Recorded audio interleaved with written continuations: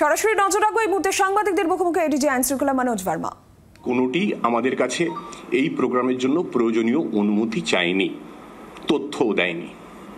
আমাদের সাংবাদিক সম্মেলনের পরে যখন সাংবাদিক সম্মেলন শেষ হয় তারপরে আমরা দুটি মেল পেয়েছি।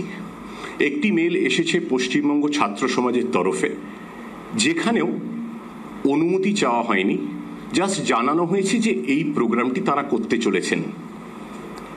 It was an intimation, not a formal request seeking permission to conduct the program.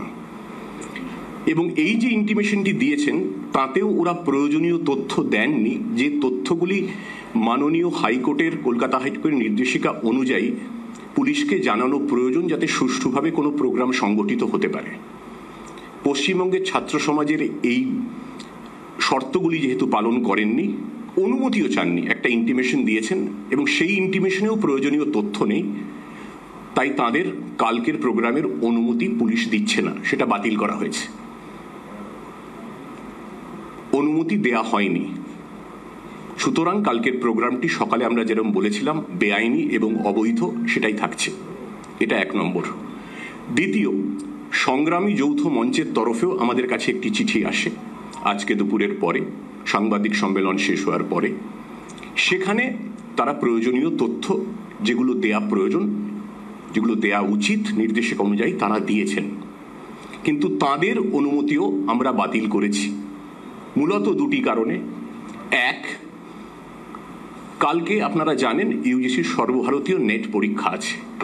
অনেক মানুষের জমায়েত হলে ট্রাফিক বিঘ্নিত হবে, তাতে পরীক্ষার্থীরা অসুবিধে পড়বেন, ছাত্রদের স্বার্থ বিঘ্নিত হবে, তারা সময় মতো নিজেদের এক্সামিনেশন সেন্টারে নাও পৌঁছতে পারেন।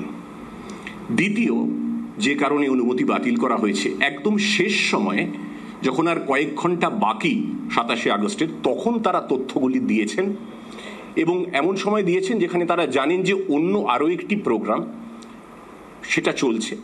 এই দুটো প্রোগ্রাম একসঙ্গে অনুমতি দিলে, একটিকে অনুমতি দিলেও সেখানে আইন শৃঙ্খলা বিঘ্নিত হওয়ার তো প্রশ্ন থাকছেই, যেখানে আমাদের কাছে সকালে বলেছি নির্দিষ্ট ইনপুট আছে, খবর আছে যে কিছু দুষ্কৃতী পরিকল্পিতভাবে অশান্তি এবং হিংসা ছড়ানোর ছক কষেছে। সুতরাং সংগ্রামী যৌথ মঞ্চকেও আমরা বলেছি তাদের অনুমতি দেয়া হলো না। একই সঙ্গে পশ্চিমবঙ্গের ছাত্র সমাজ এবং সংগ্রামী যৌথ মঞ্চ যারা কালকে প্রোগ্রামের ডাক দিয়েছেন নবান্ন অভিযানের, তাদেরকে আমরা লিখিতভাবে জানিয়ে দিয়েছি যদি সংরক্ষিত এলাকা ছাড়া কলকাতা বা হাওড়ার অন্য কোথাও অন্য যে কোনো দিন তারা শান্তিপূর্ণ আইনসম্মত প্রতিরোধ আন্দোলন, প্রতিবাদ আন্দোলন সংগঠিত করতে চান, পুলিশ সেই অনুমতি দেবে এবং সব রকম সহযোগিতাও করবে। শর্ত একটিই খালি, সংরক্ষিত এলাকা বাদে অন্য যে কোনো কোথাও যে কোনো দিন তারা আইনসম্মতভাবে শান্তিপূর্ণ আন্দোলন করলে পুলিশ সেই আন্দোলনে সুপ্রিম কোর্টের নির্দেশিকা অনুযায়ী সব রকম সহযোগিতা করবে, কোনো রকম হস্তক্ষেপ করার তো প্রশ্নই নেই। এটাও আমরা তাদের জানিয়ে দিয়েছি। এই জিনিসটা বলার ছিল। আর আজকে সকালের দুপুরের সাংবাদিক সম্মেলনে আমরা একজন পশ্চিমবঙ্গ ছাত্র সমাজের একজন প্রতিনিধির কথা বলেছিলাম, যিনি একটি অভিজাত 5 তারা হোটেলে এক রাজনৈতিক নেতার সঙ্গে দেখা করেছেন। তারপর থেকে আমাদের কাছে অনেক প্রশ্ন আসছে, অনেকে আপনাদের মধ্যেও অনেকে ব্যক্তিগত স্তরে ফোন করছেন জানতে চেয়ে সেই নেতার নাম কি বা সেই ব্যক্তির নাম কি, হোটেলটি বা কোথায়। তদন্তের স্বার্থে আমরা পুরোটা প্রকাশ করব না, কিন্তু এইটুকু বলি হোটেলটি হলো হায়াত রিজেন্সি। হোটেলটি হায়াত রিজেন্সি এবং যার কথা বলছি তার নাম আমি এখানে নিচ্ছি না। তিনি পশ্চিমবঙ্গ ছাত্র সমাজের অন্যতম আহ্বায়ক, প্রেস বিবৃতিও অনেক দিচ্ছেন, আমরা তার নাম নিচ্ছি না। আমরা তাকে দেখছি টিভিতে, তিনি নানা রকম কথা বলছেন। তিনি গতকাল 25 তারিখ সকাল 11:25 হায়াত রিজেন্সিতে ঢুকেছেন। তার ইলেকট্রনিক এভিডেন্স ভিডিও ফুটেজ আছে এবং কার সঙ্গে দেখা করতে গিয়েছিলেন সেটাও আমরা জানতে পেরেছি। এবং কি উদ্দেশ্যে দেখা করতে গিয়েছিলেন সেইটা আমি বলছি না, সেটা কতটা নৈতিক কারণে দেখা করতে গিয়েছিলেন, কি কারণ সেটা আমি বলছি না। তথ্য প্রমাণ আমরা সংগ্রহ করছি, আছে আমাদের কাছে, আমরা সেটা এখানে প্রকাশ্যে আনতে পারবো না তদন্তের স্বার্থে। আমরা সেটা যথাযোগ্য সময় আদালতের কাছে পেশ করব। এখানে একটা প্রশ্ন বলে দিই যে যে কোনো মানুষের যে কোনো জায়গায় যাওয়ার তো অধিকার আছেই, কেউ 5 তারা হোটেল, 7 তারা হোটেল, যেখানে খুশি যেতেই পারেন, যে কোনো কারোর সঙ্গে দেখাই করতে পারেন, তাতে কোনো সমস্যা নেই। সমস্যা হলো এই যে যার সঙ্গে দেখা করতে গিয়েছিলেন এই আহ্বায়ক, তিনি ওনার সঙ্গে তার কোনো পরিচিত নয়, তিনি আত্মীয় নন। এবং ছাত্র সমাজের এই আন্দোলনের ঠিক 2 দিন আগে একজন রাজনৈতিক নেতার সঙ্গে অন্য কোথাও নয় একটু অভিজাত 5 তারা হোটেলে গোপনে দেখা করতে যাওয়াটা আমাদের একটু আশ্চর্য সমাপতন লাগছে। It's a strange coincidence. আমরা বুঝতে পারছি না যে কি রহস্য ছিল, কেন গিয়েছিলেন, কি করতে গিয়েছিলেন, হঠাৎ এই আন্দোলনের আগের দিনই যাওয়ার দরকার পড়লো কেন, এবং অন্য কোথাও দেখা না করে একজন ছাত্র সাধারণ ঘরের বলে যিনি দাবি করছেন তিনি 5 তারা হোটেলে গোপনীয় একজন রাজনৈতিক নেতার সঙ্গে বৈঠক করছেন। দুটোর মধ্যে কোথাও একটা যোগসূত্রের আভাস তো একটু পাচ্ছি, হয়তো আপনারাও পাবেন। এবং এই বিষয়ে আমাদের কাছে আর যা যা তথ্য আছে এইটুকু বললাম। হায়াত রিজেন্সিতে সকাল 11:25 উনি গিয়েছিলেন, তারপরে একজনের সঙ্গে দেখা করেছিলেন।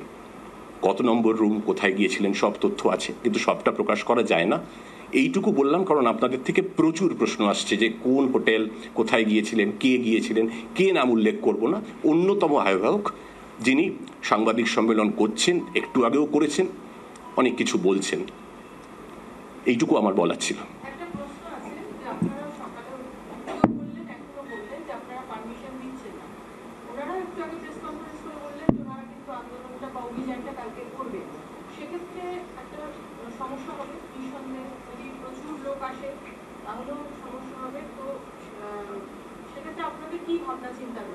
কারণ যে কারণটা আপনি বলছেন তার মধ্যে অন্যতম কারণ হচ্ছে পরীক্ষার বিষয়, সেটা তো ক্যাওস তৈরি হতেই পারে, সেই সম্ভাবনা তো আছে।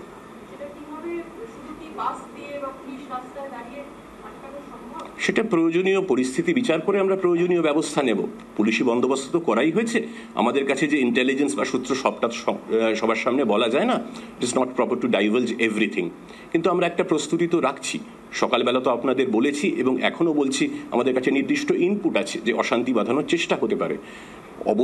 অবৈধ একটা জমায়েত, অবৈধ মিছিল থেকে যদি সংরক্ষিত এলাকার কাছাকাছি এসে অশান্তি বাঁধানোর চেষ্টা হয়, প্রয়োজনীয় ব্যবস্থা পরিস্থিতি বিচার করে পুলিশ নিশ্চয়ই নেবে। কিন্তু আমি আবারও রাজ্যের সমস্ত শুভবুদ্ধি সম্পন্ন শান্তিকামী মানুষের কাছে অনুরোধ করব যে কোনো রকম প্ররোচনা, কোনো রকম চক্রান্তের ফাঁদে অনুগ্রহ করে দয়া করে পা দেবেন না। স্যার, সংগ্রামী যৌথ মঞ্চের তরফে কিছুক্ষণ আগে প্রেস কনফারেন্স করা হয়েছে, তারা বলেছেন রাত্রি 8টার সময় তারা আসবেন এবং তারা এখানে পরিস্থিতি বুঝে নেবেন, কারণ এখানে তারা শান্তিপূর্ণ একটি সভা করতে চেয়েছে নবান্ন বাস স্ট্যান্ডে। এটা আপনার কাছ থেকে প্রথম শুনলাম, নিশ্চয়ই প্রয়োজনীয় ব্যবস্থা হবে। আপনি যে ইনপুটটা দিলেন আমরা শুনলাম। Next,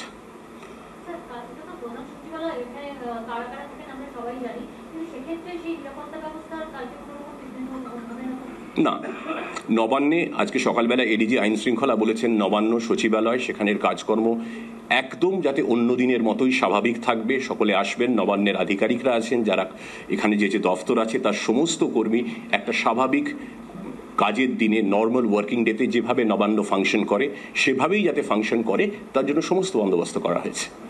thank you.